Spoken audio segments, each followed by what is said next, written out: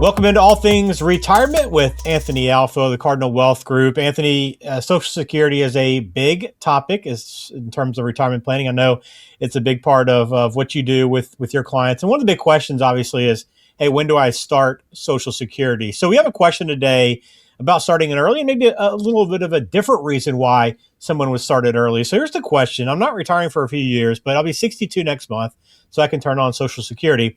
Should I just go ahead and start it and use the extra income to get my house paid off sooner?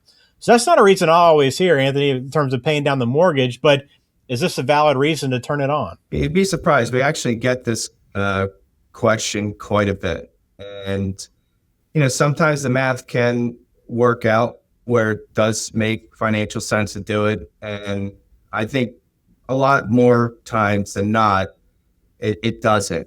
And I'm sure we'll get a little bit more into the numbers, but it is a pretty common question for folks that are kind of becoming eligible for Social Security.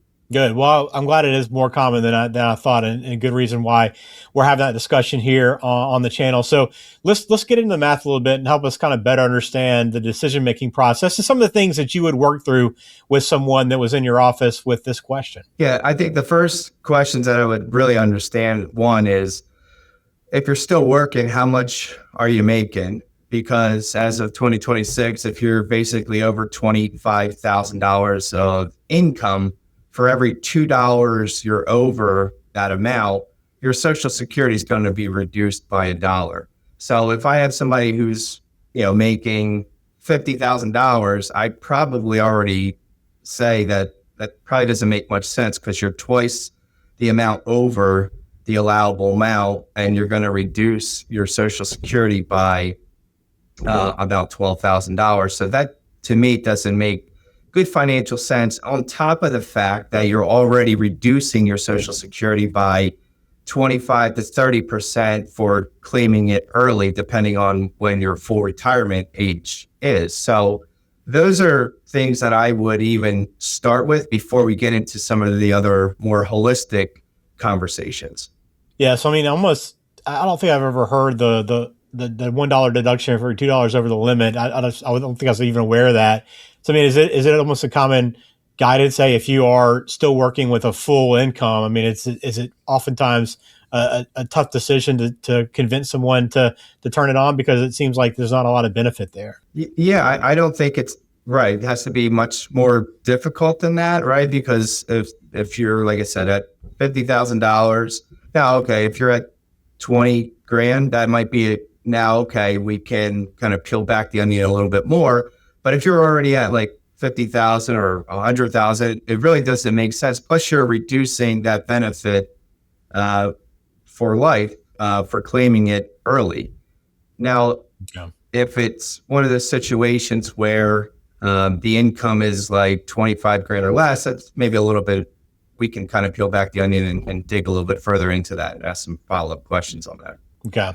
So the math is pretty clear. So that's kind of the first piece of this. But I guess I know you take a very holistic approach to all the conversations you're having in terms of planning. So what other things do you want to talk through and have them consider before pulling the trigger? Yeah, well, the first thing I would want to get an understanding of, where are they at in this debt, right? Like, is it going to be, is there only $20,000 left on the mortgage, or is there like $250,000? And, if there's 250 grand and they have 15 or 20 years left of payments, and they're going to retire in 3 years, and they're probably going to be living with this mortgage as part of their overall retirement plan. So does it really make sense to A, reduce your Social Security for life, and then B, use up those dollars to try to pay down something that's still probably going to be there for another 15 or 20 years? So I would look at that.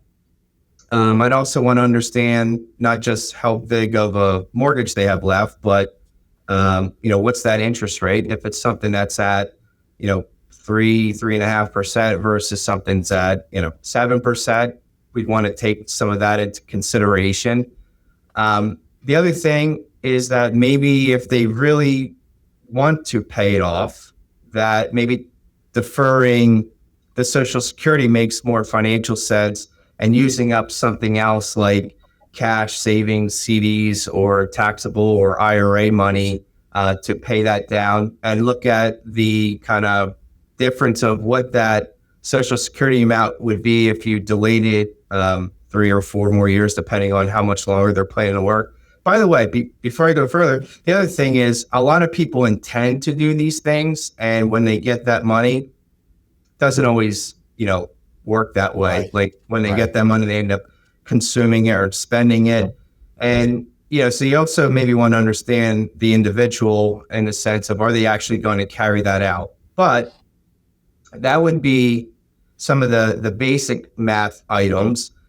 And then some of the other things that's a more holistic planning standpoint would be often overlooked is the spousal benefit. So what does this Social Security mean with respect to the cumulative Social Security situation between both spouses' Social Security, and playing out some things in the future, like if one spouse were to pass away, now you only have one Social Security. How does that affect it, right?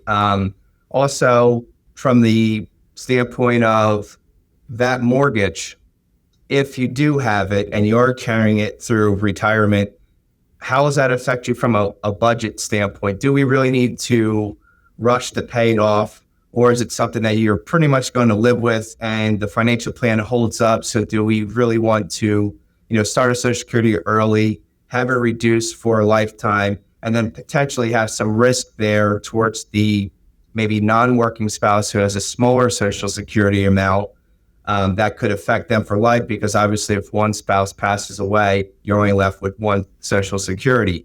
So those would be some of the different things that I would be looking at. And then you have some tax planning that you can kind of overlay on top of that, not just looking at having the interest deduction from the mortgage, but also from the standpoint of, hey, look, if we don't use our Social Security right now, we can take money out of our IRA account at a lower tax bracket, which is a nice thing to pay your IRA money at a lower tax bracket, or B, do some Roth conversions. And it's not to say that you're minimizing the mortgage and the goal of this client, but you're just making sure that we're looking at kind of everything from all different angles to make sure that you're making the best educated decision to do that. Yeah, I mean, I think you kind of paint that picture. There's a lot of different kind of angles you can look at this, and not everything's going to impact you, and you might be saying no to a lot of these questions, but you want to be asking the right questions in order to figure out what the best plan is, because Social Security is a very impactful decision in retirement, and it's one you kind of got to live with, right? So I know that as part of your free assessment, that the Cardinal Success Journey that you guys do with your clients, this is something you're going to run through, right? Absolutely, and I know we just fired off a bunch of things, but Social Security, once you kind of make that choice, it's basically in stone. Number 2, putting together a financial plan with some of these different lenses to view it through, spousal consideration, losing a spouse, longevity, your overall retirement income budget scenario, tax planning scenarios, and things like that. Doesn't take a lot of time to come up with a way to show the client and educate them up so that they know what makes the most sense from where they sit. All right, very good. We go to cardinalwg.com. You'll see the free assessment button in the top right. Click that, kind of get that process started and get a better understanding of where you are and how what you need to do to get to where you want to go. That's all the ultimate goal there, right? And Social Security plays a big part of that process, and you want to get it right. So some things to think about. A good question, one that is more common than I believe, but there are a lot of things to think through before you decide to go with the Social Security benefits at age 62. So if you have questions, again, follow up. Leave a comment too if you have any thoughts on what we discussed today, but we appreciate your support. Hit subscribe to the channel. We'll have another episode of All Things Retirement coming soon. Anthony, as always, appreciate the insight today. Yep, thanks, Ben.